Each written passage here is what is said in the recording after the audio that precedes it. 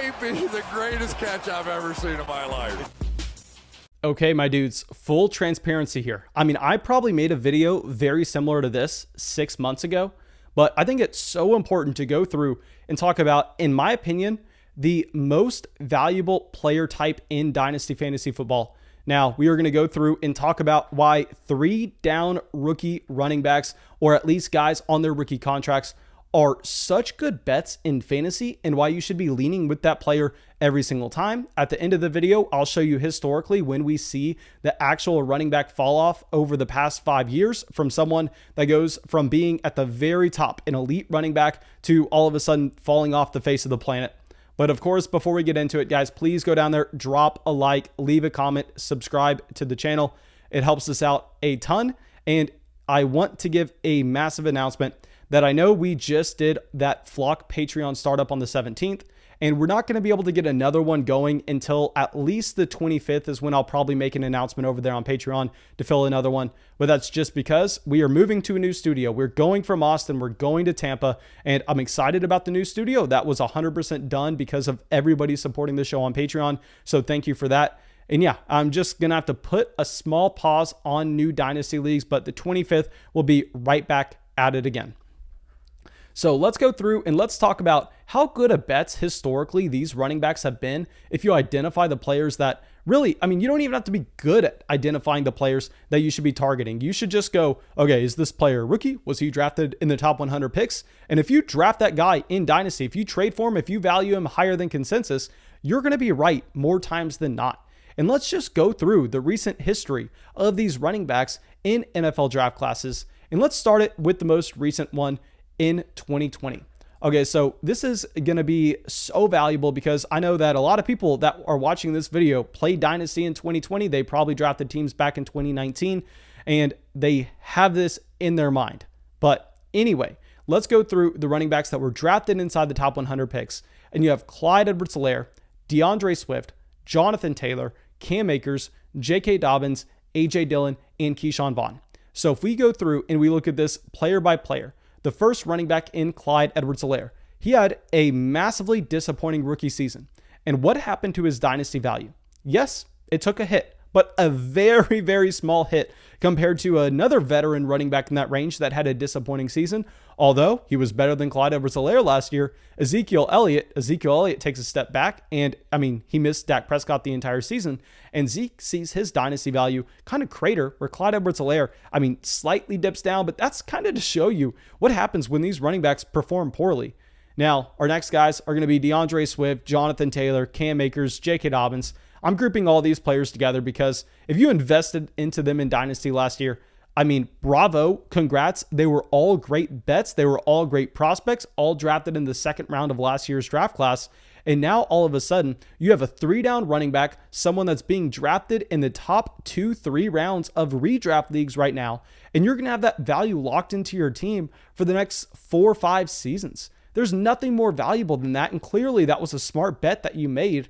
Now, our next 2 guys, A.J. Dillon, Keyshawn Vaughn, they were significantly cheaper than every other running back on this list. And keep in mind, I mean, I called Keyshawn Vaughn the most overrated player in Dynasty last offseason. While we loved A.J. Dillon, I was drafting A.J. Dillon everywhere. But what's also funny in this is if you were smart about A.J. Dillon and you drafted him in the 3rd round last year, you had a potential to sell for a first. I mean, I'm sure that a lot of people remember me at the beginning of this offseason kind of admitting that I was selling my A.J. Dillon shares. I was moving him for a 1st-round pick everywhere when people thought Aaron Jones was going to be gone.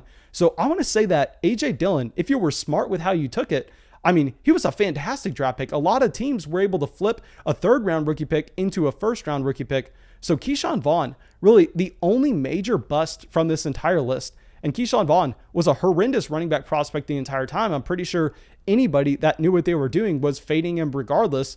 So yeah, I mean, if you made a bet on a rookie running back in the top 100 picks last year, you did a damn good job.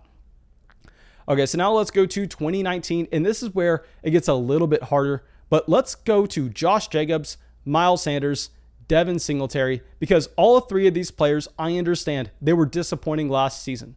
Now, what we need to do is we need to look at the difference between their rookie draft costs and what they cost the second season that they were in the NFL.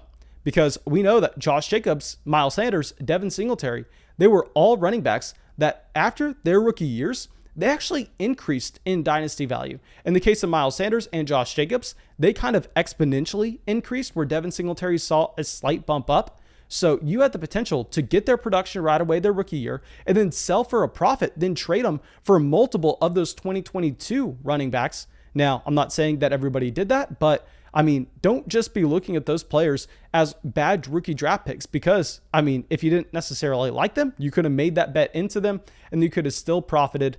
Now, David Montgomery, a player that I kind of want to stay away from because his dynasty value has been so weird where it doesn't necessarily line up with his actual on-the-field production. I don't know why, but David Montgomery, I also don't really have him in any dynasty league, so I am going to not be the best guy of going through and trying to map out what his dynasty value has done, but I'm sure that anybody took him in the middle of the first round, they have not been disappointed so far. Now, Darrell Henderson is the one running back from this draft class that went at the very top of the draft and was a massive disappointment, and really nobody is kind of looking at anymore as a top option. Now, that was the year where we heard the reports about Todd Gurley's arthritis, so everybody was ready to go in. Everybody was ready to get him, assuming that the Los Angeles Rams were still going to be one of the top offenses in football. Never really panned out, but that's beyond the point. Now, 2018, this is the one season where if you made a bet into this draft class, there's a chance that you got it wrong. I mean, this was the one year where you could make an argument that it didn't work out. But let's go through. You have Barkley, of course, gold. I mean, that's exactly what you're looking for in a dynasty asset, but he was already a first-round startup pick as a rookie. Rashad Penny, Sony Michel, Ronald Jones, Kerryon Johnson, Darius Geis, and Royce Freeman are all the running backs that busted from this class. And it was a long list of them. I mean, I loved me some Rashad Penny. I thought Rashad Penny checked every single prospect box. Now, of course, it didn't work out. And like I said, I mean, you can't just make a dynasty bet that literally has a 100% hit rate, because if there weren't busts to look at, then more people would be onto this. But I mean, Rashad Penny, that one did not work out. Whereas Nick Chubb, Saquon Barkley, massive hits at the position. So 2018, a little bit of an off year. So we can kind of chalk it up right now. If you made a bet into the 2020 class, you smashed. If you made a bet into the 2019 class, you smashed. If you made a bet into the 2018 class, most of the time you missed. Let's be completely transparent. But 2017, the year that we're looking at, Leonard Fournette, Christian McCaffrey, Joe Mixon, Alvin Kamara, Kareem Hunt, all running backs drafted in the top 100 draft picks from this draft class. Now, going through and just trying to see what happened to their respective dynasty values.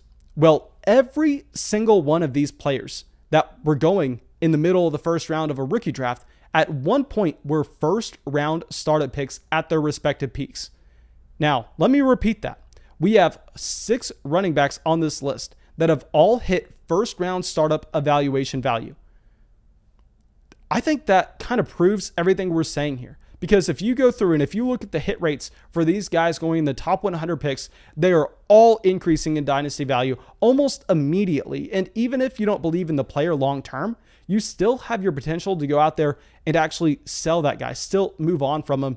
I mean, 2016, the top guys in the top 100 were Ezekiel Elliott, Derrick Henry, Kenyon Drake.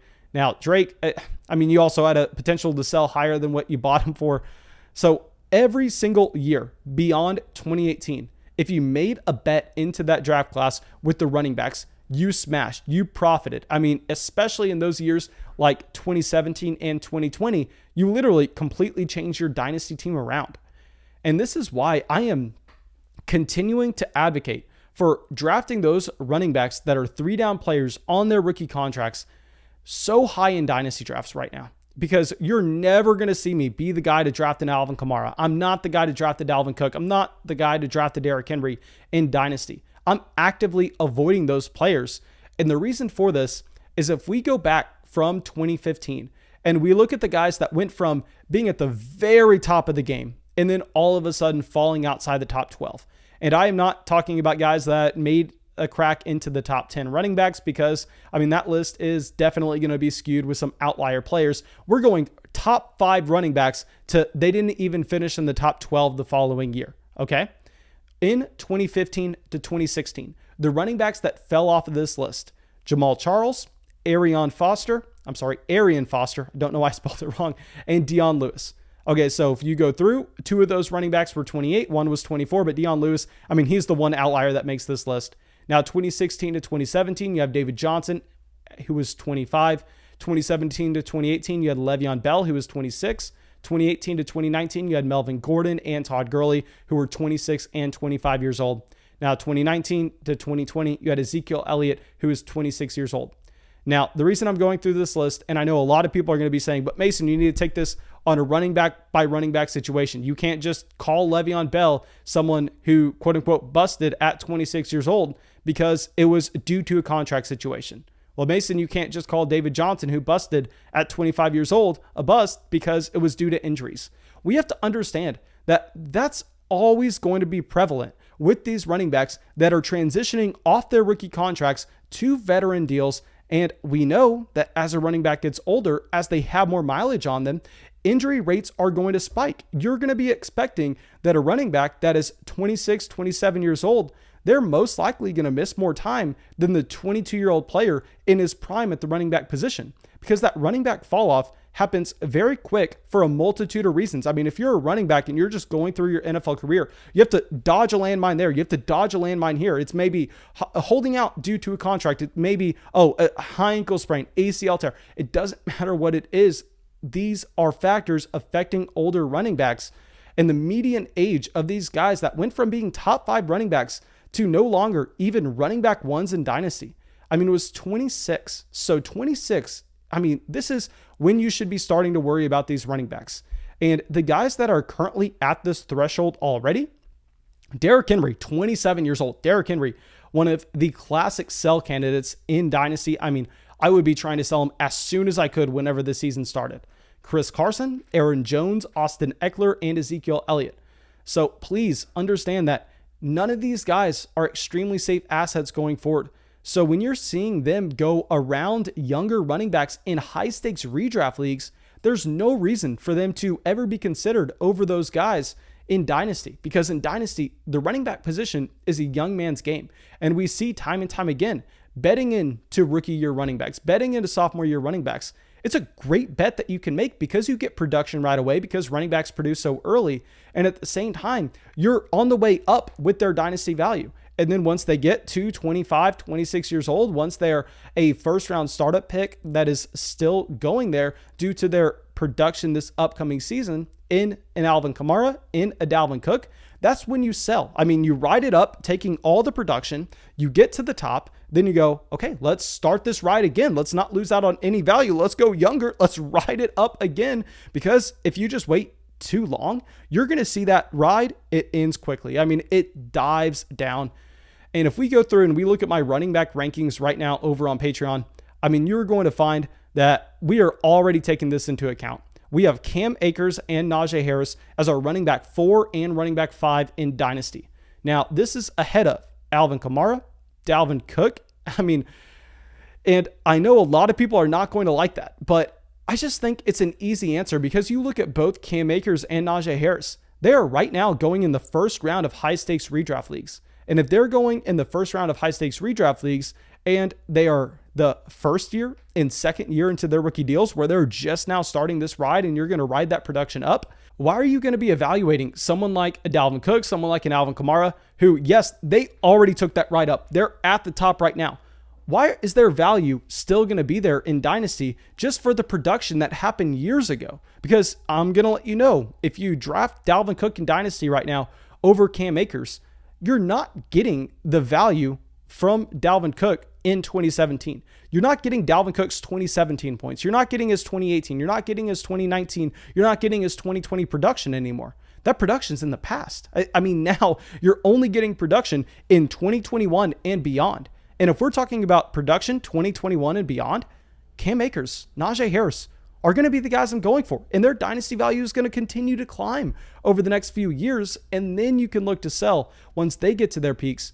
I mean, other running backs that we are aggressively ranking right now, we have Clyde Edwards-Helaire, Antonio Gibson, DeAndre Swift, J.K. Dobbins, Travis Etienne, all ahead of Nick Chubb, Ezekiel Elliott, and Derrick Henry. And honestly, I am kind of considering moving up Javonte Williams ahead of Derrick Henry right now. I know that's crazy. I understand it. But the more I look at it, the more I want to put Javonte Williams at 15 instead of Derrick Henry. And I mean, other running backs that I already have moved Javonte Williams over include Austin Eckler, Aaron Jones. We have Travis Etienne over both of those guys as well. So yeah, let me know what y'all think in the comment section below. Let me know if you think I would be just crazy to move Javonte Williams over Derrick Henry. But honestly, I don't think it would be that bad of a call at all. I think that you're actually seeing them be running backs that, I mean, are the perfect examples of this. Javonte Williams just turned 21 a few months ago. Now, we know Javonte Williams, you're going to be getting production for the next 5-6 years. Derrick Henry, I would bet you get 2 more years. 2 more years from Derrick Henry, and then you're done. But thank you, my dudes. Please let me know what y'all are thinking here. I know a lot of people probably aren't going to agree with me, but if you have a good explanation on why I'm wrong, I'd love to hear it. And yeah, that's all I got for you, my dudes, and have a great day. We've gotten a ton of new members joining the flock. Thank you, Grind for Gold, Devin, Bungified, Brian, Brody, Victor, Chris, Grant, Trevor, and David. Thank you, my dudes.